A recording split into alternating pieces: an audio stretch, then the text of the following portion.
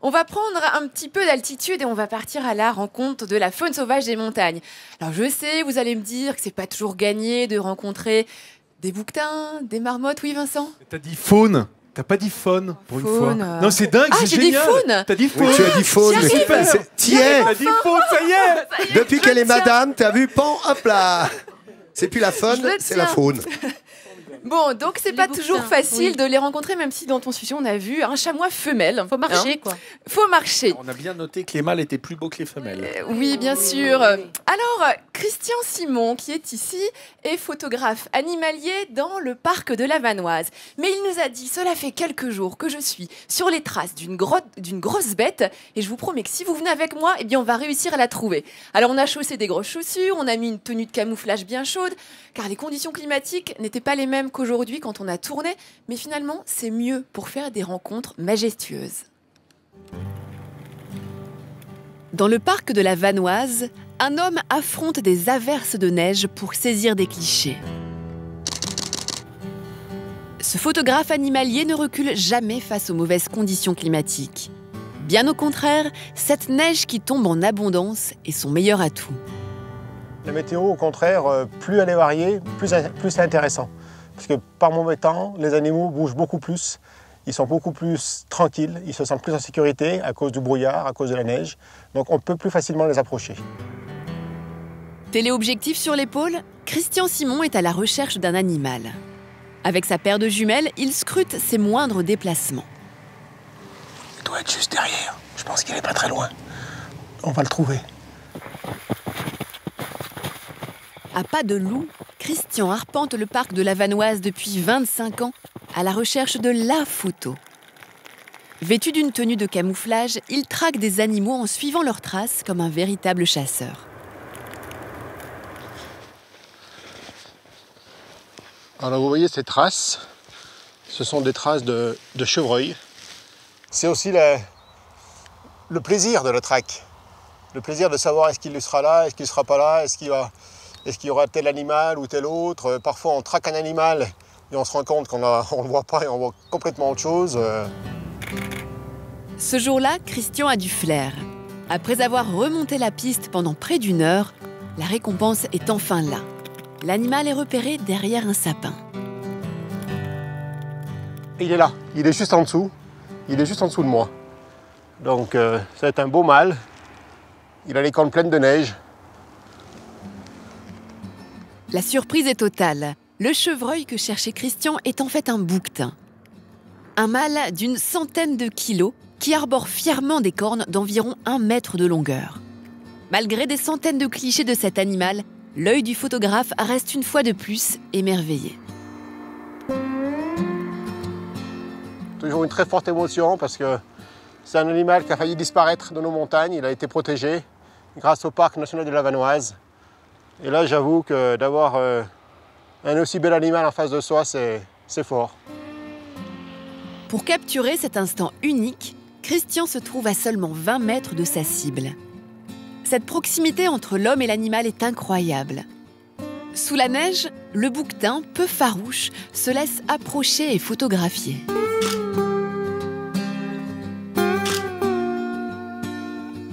Ils sont dans le brouillard, parfois, souvent, donc ils ne voient pas arriver les hommes.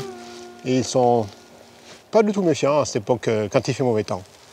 Et en plus, l'ambiance, comme ici, la neige, c'est vraiment exceptionnel, quoi. Au début des années 60, le bouquetin était menacé d'extinction. Aujourd'hui, c'est une espèce protégée, devenue l'emblème du parc de la Vanoise.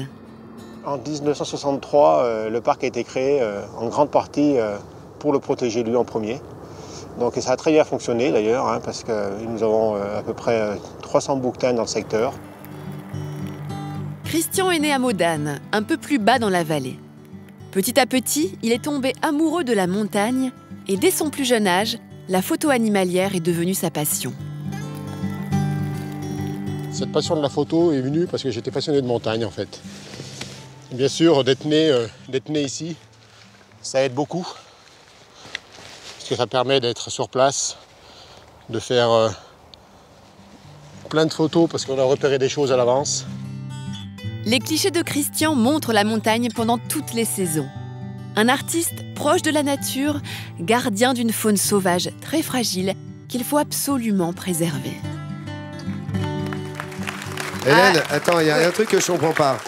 Je veux bien le bouquetin, il est à 20 mètres, mais le bouquetin, tu sais, c'est comme les animaux, il faut se mettre quoi sous le vent, pas au vent, parce qu'il doit te sentir quand même. Oui, alors il peut nous sentir quand même. Oui, il peut nous sentir, mais bon, comme il ne craint pas l'homme, il ne part pas.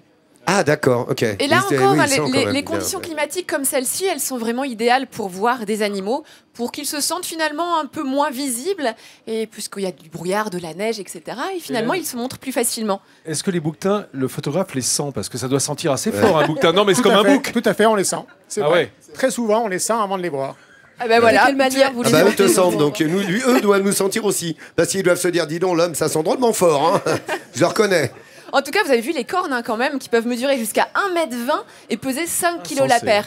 Et alors, ce qu'aime Christian aussi, c'est tomber sur des moments assez particuliers, comme quand on fait de la photo dans des safaris. Regardez, là c'est une bataille entre deux bouquetins. Ils se chamaillent, je dirais plus qu'ils ne se battent, car ce sont des jeunes, ceux-là. Donc en fait, ils sont en train de s'entraîner au futur combat quand ils seront un peu plus bourrés de testostérone, avec des plus grosses cornes et puis toutes plus gros aussi, hein, d'ailleurs. Hein. Donc là, c'est un petit entraînement à un jeune âge. Voilà, vous voyez, ils se chamaillent. Ça, ce sont des moments assez exceptionnels que l'on peut voir quand on prend le temps, comme Christian, d'observer la nature. Il y a d'autres moments aussi, parfois, assez rigolos, comme celui-ci avec une marmotte qu'a vécu aussi Christian. Regardez. Il était en train de photographier des fleurs quand il sent une petite marmotte en train de lui lécher le genou. Alors pourquoi? Il y a un produit dessus, il a mis quelque chose pour que la Alors en marmotte- fait, Christian venait de beaucoup marcher et puis avec la transpiration et la présence du sel sur la peau, eh bien les marmottes, mais aussi les chamois, les bouquetins sont très friands de sel comme ceci. C'est Et l'odeur donc, des hommes, on elle en est venue- parlait. Là, c'est l'odeur de Christian qui a attiré la marmotte. Faut faire gaffe quand même. La Hein. boucle est tiens. bouclée. Ça a des dents quand même. Hein. Faut faire gaffe quand même.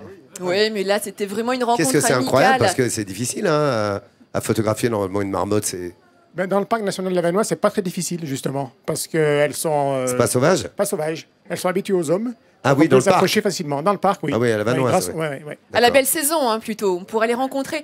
Alors, je vais quand même revenir sur ce bouquetin, espèce protégée s'il en est, et qui pourtant, eh bien, fin 2013, il y a eu un véritable massacre de bouquetins dans le massif du Bargy. Alors pourquoi? Eh bien, parce qu'il y avait eu un foyer de brucellose, une maladie qui est transmissible des bovins à l'homme, un foyer de brucellose en Haute-Savoie. Et donc, ils avaient identifié quelques bouquetins malades, porteurs de la brucellose. Et eh bien, il y a une décision du préfet qui a été d'abattre plus de 200 bouquetins dans le massif du Bargy. Voilà, une extermination qui n'était pas forcément justifiée par les experts. Alors voilà, je tenais juste à m'insurger un petit peu en tant que grande protectrice de la nature, que parfois il y a d'autres solutions que celle d'exterminer plus de 200 animaux et surtout une espèce qui est protégée. Et d'autant que même dans le parc de la Vanoise, il y a de moins en moins de bouquetins dus à d'autres pathologies aussi qui ne sont pas transmissibles à l'homme. Merci Hélène, voilà, le mot est dit. Et des images d'exception que vous avez vues une fois de plus dans Midi en France ce matin, grâce à Hélène Gâteau à l'instant.